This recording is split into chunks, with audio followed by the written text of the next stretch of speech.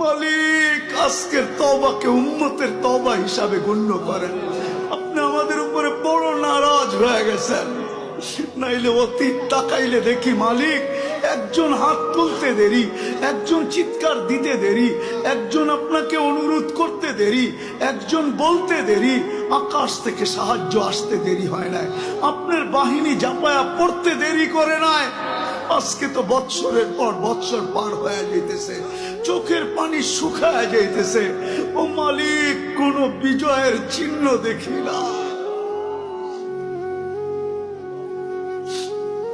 কত রোজাও তো ফিলিস্তিনওয়ালাদের ইফতার হয়তো লাশ দিয়া, সেহরি হয়তো লাশ দিয়া।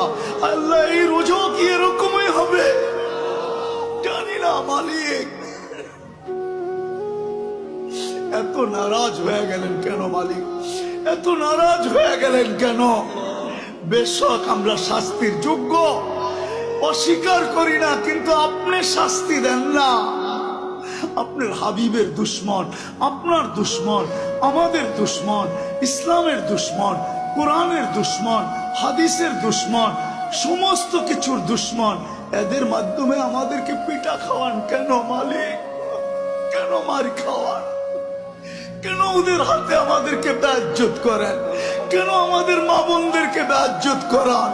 কেন দুধের শিশুর রক্ত জড়ে ওদের হাত দিয়া? আপনি কি আমাদেরকে ছেড়েই দিলেন?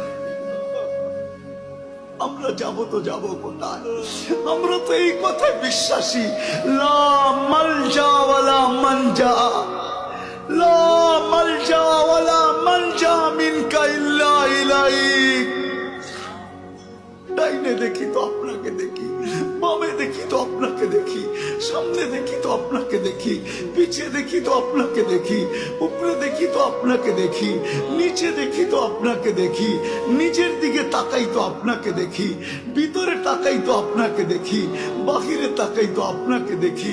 আপনাকে ছাড়া তো কাউকে আমরা চিনি না মালিক।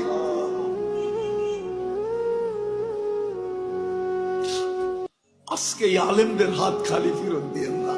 আমারটা দিয়া দেন, কোনো আপত্তি নাই, কিন্তু আমার ডাইনে বামের আলেমদের হাত খালি ফেরত দিয়েন না।